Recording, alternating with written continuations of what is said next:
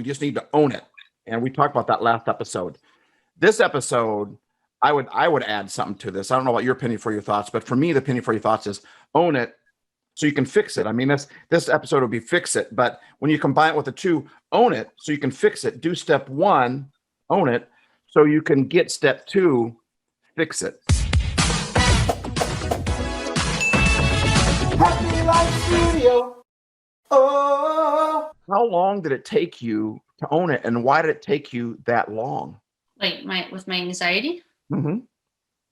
Gosh, well, I started dealing with anxiety. I was like 12.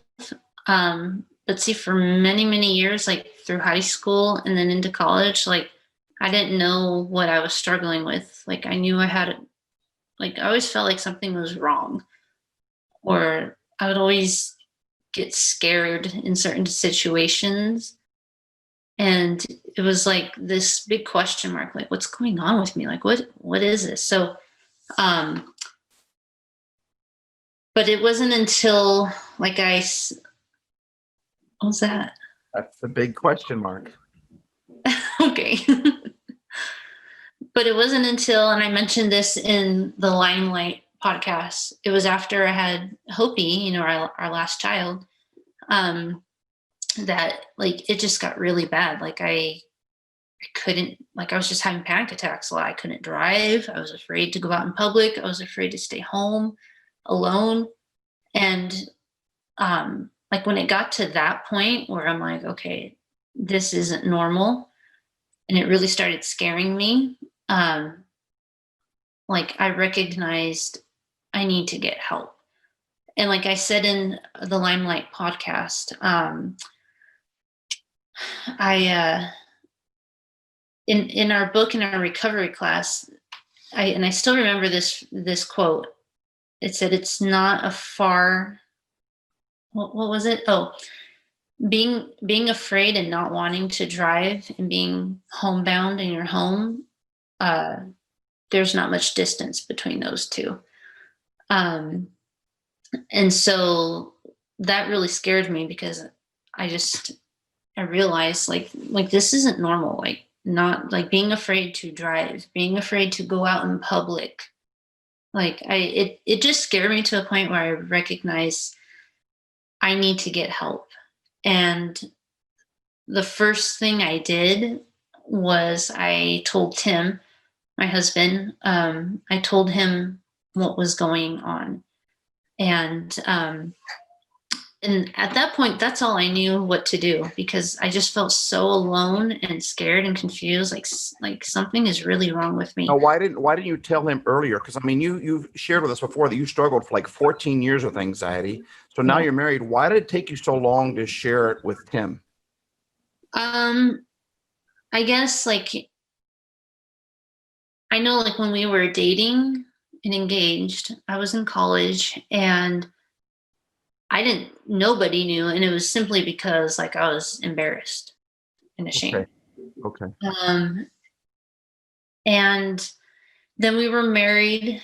And so like after we were married, we had our kids right away, and it didn't look like anxiety. It was postpartum depression. And like we struggled through that. And then when I was pregnant with Hopi, a lot of things seemed to subside, and it was a great pregnancy, and I was feeling great. Wasn't really struggling with any of that. But then, after I had her and all the, like, I know it was all the hormonal fluctuations after having a baby, my anxiety started up again. It's like, oh my gosh, like I remember this. And so Hopi was, I want to say like 8-9 months old when it really got bad, where I was afraid to go out in public, couldn't drive.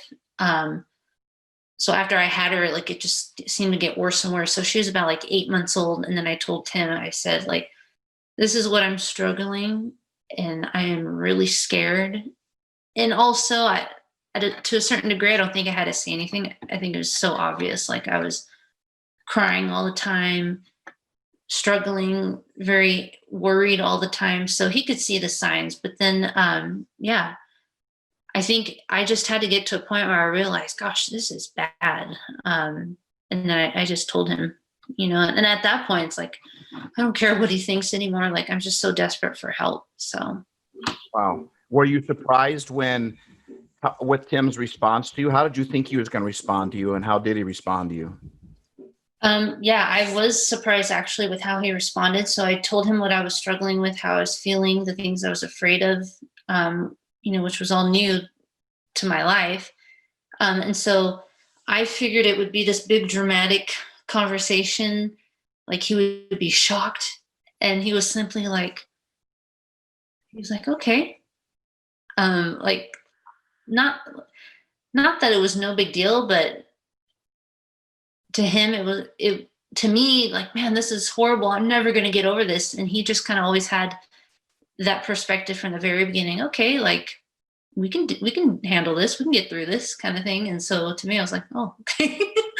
At that point, were you like, why didn't I do this sooner? Why didn't I tell him sooner? Were you kind of wishing that you would have? Yeah, that's exactly how I felt. And once I told him, I felt so much better. I wasn't embarrassed about it anymore. And so for that also was like, man, like, why didn't I tell him like years ago, like, Yeah, isn't right. that, this feels better. I think for me, my first step towards recovery was just saying something, because this was a big secret that I hid and something I tried to figure out on my own for so many years. And it's like, man, like just saying something like helped me so much. That one thing, just saying something. And I want to say to all of you that are watching or listening that that we always that thing, we want to keep it silent because we're embarrassed, or we think we shouldn't be feeling this way, or what is wrong with me, and we don't share it. But keeping it silent, keeping it in the darkness, that's where mold happens, is when you keep that closed up, when you shed the light on it, when you open up the drapes, when you open, to a house that's been abandoned forever, what you let the sun in, the sun will come in and take care of a lot of that stuff. And you need to find someone. We need you to be your best self. And that means to own it, so you can share it with somebody. When you owned it, you're like, I've got to talk to somebody. But it got really bad with you before you actually did. And then when you said you thought it was postpartum, so you thought that it had gone away, and all of a sudden it came back. That totally reminds me of a story. Okay. And talk about owning it, like we talked about in our last episode. I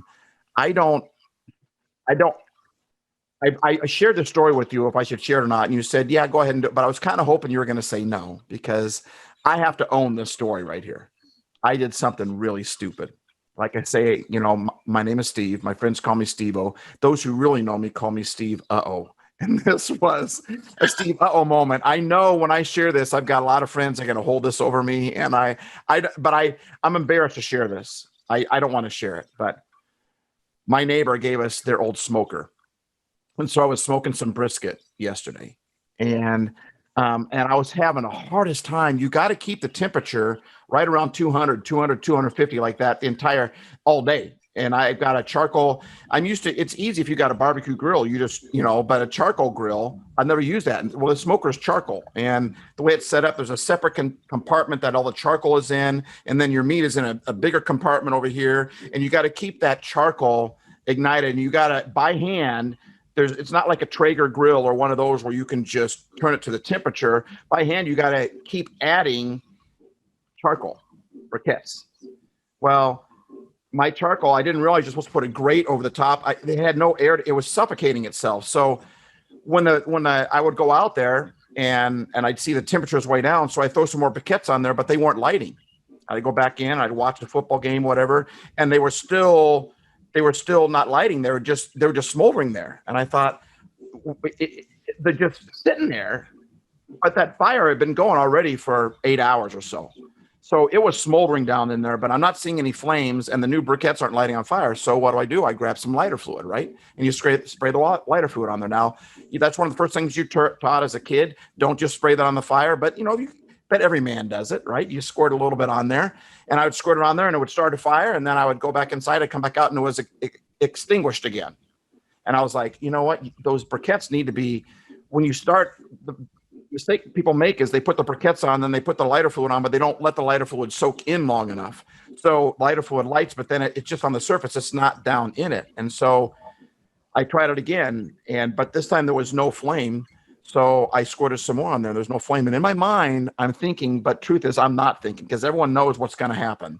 You don't just, that fire will follow up that squirt, the bottle, and it'll come right in the, I mean, I've done this with a cat scan before too. Talk about owning. I'm so stupid. So in my mind, I'm thinking, which I'm not thinking, I'm saying, you know what? If I keep spraying it on there, the more lighter fluid I get on those briquettes, the more might get in it, and then the fire might stay longer. And so I kept squirting, man.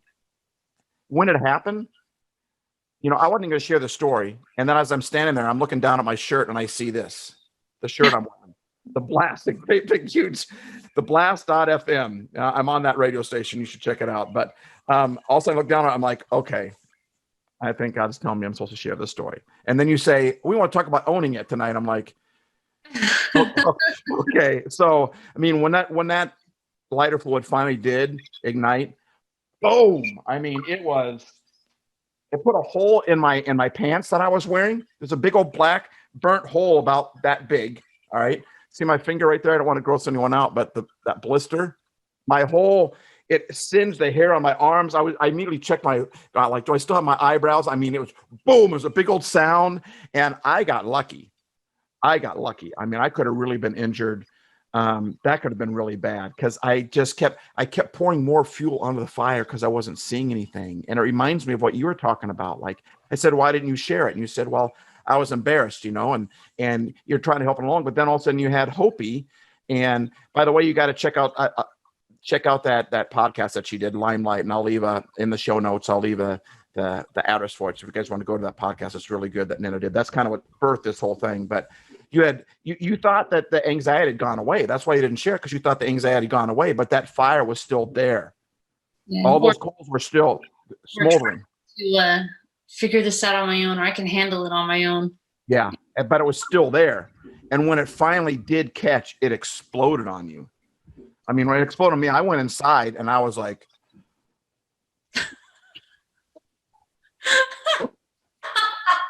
your wife was probably, what is going on? No, I went inside, and luckily she hadn't seen it, right? And she had turned her back and was walking back towards her office. I'm like, oh, is she turning her back on me? And then I kind of was paying attention. Oh, if she would have seen it, she would have said something. So I'm like, and then I didn't want to tell her, because it was stupid. I know better than that. You could pour some lighter fluid on there, but you don't I know better than that. But I was so focused on getting that fire back. Sometimes I'm so focused on the project. We're so focused on getting this job done. We're so focused on, if I could just put a few more in there, and we ignore all the signs that's going on, or, that anxiety didn't go away for you. It was still there, but it was under the cover of, you thought it was postpartum depression. You thought it was having a new baby. You thought it was whatever, but you got to own it so you can get it fixed. Like last episode, we talked about owning it, but this episode, we're talking about step 2 is get it fixed. And that is always there. And when I'm angry, when I'm whatever, when I'm lonely, and that's there, just because I'm not showing signs of it right now does not mean that that's still not smoldering there. And I need to own that. Like you were saying, you kept putting lighter fluid, and you kept putting lighter fluid, and then it exploded. Like, we talked about in our class, like before we have our big anxiety, panic attack explosion, before it becomes chronic, there are habits that we have in our life that we just continue that contribute to become an anxious person. Our body gives us physical warning signs of, hey, we need to slow down. We need more rest. And we ignore until one day we have a huge panic attack, or we're crippled with anxiety and we really need help. And that was the situation with me. Just the habitual the habit of negative thinking, of worrying all the time. Those were habits very ingrained into my life, into my mind. And I just kept those up year after year after year. And they turned me into a very anxious person. Or, years of, trying to get one more thing done on my to-do list instead of resting, right. Working so much, pushing myself. And you might have a good day, so you don't see any signs. You don't think that you think it, but that's still smoldering there. That anger is still smoldering. That discouragement is still smoldering. And for me, pushing myself and being a perfectionist and not letting myself rest, not eating well, not taking care of myself, not sleeping. For years, I struggled with headaches and migraines. Hello, my body was telling me way back then, we need to slow down. You need to take care of yourself. And I would just pop some ibuprofen. Okay, I feel better. I can keep going. And until one day, it's like, man, I literally cannot function anymore because I'm crippled with anxiety and panic attacks. And so, yeah, it's owning, taking care of yourself, taking care of your body, taking care of your mind, and all those things I said. Make sure like you're not always just working all the time. Go and have fun, get enough sleep, rest. Yeah. Take care of your body. How are you eating? How are you thinking? When we own those personal choices every day, those personal habits, we can help ourselves heal from anxiety instead of putting ourselves deeper, digging a deeper hole. So, Penny, for your thoughts. For me, Nena, last episode we talked about own it, and that was it. And I said, should we add anything to that? And you were like, nope, own it. Before we started recording, you're like, that's it. And I'm like, you're right, that is it. We just need to own it. And we talked about that last episode. This episode, I would add something to this. I don't know about your penny for your thoughts, but for me, the penny for your thoughts is own it so you can fix it. I mean, this episode would be fix it, but when you combine it with the two, own it so you can fix it. Do step one, own it, so you can get step two, fix it. So I want to ask you another question. We started doing with it on the last episode, but when you finally did do something about it, when you finally did own it, and you started on step number 2, fix it, what did that look like for you? Okay, so the first part of owning it was I had to tell somebody. So I told my husband. I just had to confess, this is what I'm struggling with, and I told him I need help. And just asking for help and being honest, like with what I'm struggling with, was Huge. First step, and it was huge. It made me feel so much better just to get this out in the open and in the light instead of hiding it. And I want you to know, I'm sorry to interrupt you, but I want you to know before I forget that when you started talking about owning it inside, Nena, I was proud of you. I was like, way to go, girl. When you said I had to own it, last episode you talked about I had thoughts, and a lot of the reason why I'm struggling with it was how I dealt with those things, how I had those habits of. And when you said that, I want you to know that I respected you. I respect you already, but I respected you even more. Your respect level for me went up a whole nother notch when you said I had to own it. I was thinking incorrectly. I wanted to blame other people, but I want and for those of you that are watching, that are listening, the same is true. When we finally come out and say, wait a minute, this is on me, or here's the part that's on me, instead of when you try to blame somebody else, you tend to lose respect. But when you say, I need to own and here's where I own it. I'm sorry, I was wrong, or whatever the case may be. And so, Nena, that just increased your respect. And I think I wanted everyone else to hear that. But so you told your husband, number one, you confessed it. Anything else? The second thing I did after that, and again, this isn't a guidebook. So this is what you do and this is what you do. This is my story and how it turned out. So talked to him, and it was like, okay, we need to get some help, like professional help of some sort. So all I knew to do was, okay, I guess I go call my doctor. So I called my doctor. I got in. And I think that's a good move, by the way, especially when you don't know what else to do. I think that was very smart. Especially because I knew part of this was some sort of postpartum hormonal thing. It's like, I should probably go to the doctor, kind of see, let's start there and see what's going on. I just knew, like, I'm having like a mental breakdown. I can't drive. I'm too afraid to go in public. Like, something is wrong. And so what I knew what to do was, because you hear it all the time, talk to your doctor. So I called, made an appointment. So I went in and saw her and just told her what I was struggling with.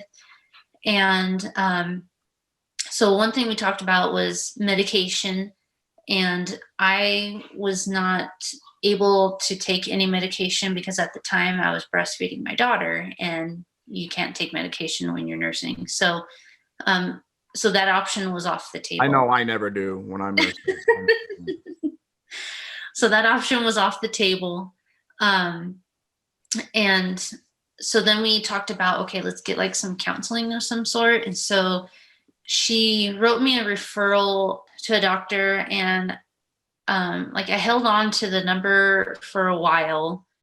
I was honestly kind of like nervous to call Any idea why? because it's scary. Like this is like I've I know never. for me, I don't know if you're old enough for this, but growing up, man, we called them shrinks, head Oh. doctors, right? It was when I was growing up, it was like you didn't go see a shrink, you didn't go see a psychiatrist, you didn't. The Bible is full of talking about getting godly counsel, but I think there's a stigma. There used to be anyway. I don't know if that was still in your thing, but I just kind of want to know why you were afraid to go talk to a psychiatrist. I think for me, maybe it was a stigma because I think partly I felt, wow, if I make this official, like go talk to a psychiatrist, then there's something wrong with me. Mm, right. Okay. Anyway, I'm sorry. Go ahead. So she gave you the number to call a psychiatrist, but you're afraid to call. Yeah, so I held on to the number, and like I forget how long it was, maybe like a week or so, where But I love the fact that you didn't throw the number away. You held on to it, held on right? to. Even though you didn't want to do it, but you didn't jump into it right away, but you still held on to it. Yeah, I was hesitant. So during that time of me trying to process, work the nerve up to actually call, make an appointment, um, I had a catalog from our church. It was a class catalog, and where they offer all these classes at church, about all these different subjects, where you can go and learn about something, Sure. or volunteer or whatever. And so I'm flipping through it one night, and then I get to one page and it said Freedom Road, and that was the name of one of the classes. So I'm reading the description, and it said, basically, this class is like a recovery class support group for people with chronic anxiety and chronic panic attacks. Wow. And it kind of like struck a chord with me, like, wow, that's unusual. Like I've never seen this before, like at a church. And so I grabbed my phone and I Googled the definition of anxiety, Googled what panic attacks were. And as I'm reading through the description, I'm like, my mind is blown. I'm like, oh my gosh, like this is what I'm struggling with. Like, this is how I'm feeling. This is what's happening. Yes. Like this is me. And so I was able to put a name to what I had been dealing with, not just really bad in the last several months, but all these years, 10 plus years of my life. That had to have been unbelievable. Yeah. And of course, I had heard of the word anxiety before. I had heard of panic attacks before, but I never really knew what they were. And so it was so comforting to just put a name to what I'm struggling with. And wow, like there's like a place is offering to help people with it. And so I showed it to Tim, and I said, Tim, I think this is what I'm struggling with. And so I decided instead to go with that class through my church, because I honestly did feel more comfortable doing it there. I mean, I was more familiar with the church. The people, a lot of people that are going there. Yeah. You trust them, them. You don't know this other person you're going to call out of the blue. I get it. And so I decided, what, I still held on to the doctor's referral, but I was like, you know what?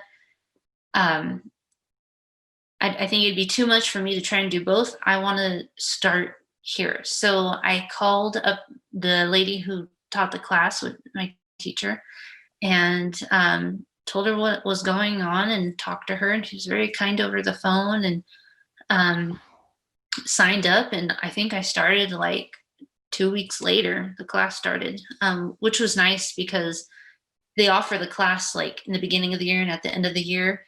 And I'm just really grateful that I found it basically just in time and I didn't have to wait forever. Right. Because when you're going through that, man, Yeah. one day feels like 10, and 2 weeks is a long enough time to wait. But there had to have been some hope enter the scene when you're like, but I'm going to start this class. I felt very hopeful, like, oh my goodness, like there are people who know what this is. I'm not alone anymore. There are other people struggling. Like, I can get help. So it was very comforting to know, like I can get better. And so I started the class 2 weeks later. So part of owning it was, okay, I told Tim I got a problem, I need help. And then the second part was, okay, let's do something about this. So I think the first step was, okay, call my doctor. I went down that avenue, and then, and I know it was God that I stumbled upon this class, because I wasn't looking for it. And then, this other option came my way, and Yeah. okay, I got to make a choice. And I chose to go with a class, and it was owning it, taking that personal And responsibility. here you are, penny for your thoughts later. I mean, here you are helping people now with Yeah. that.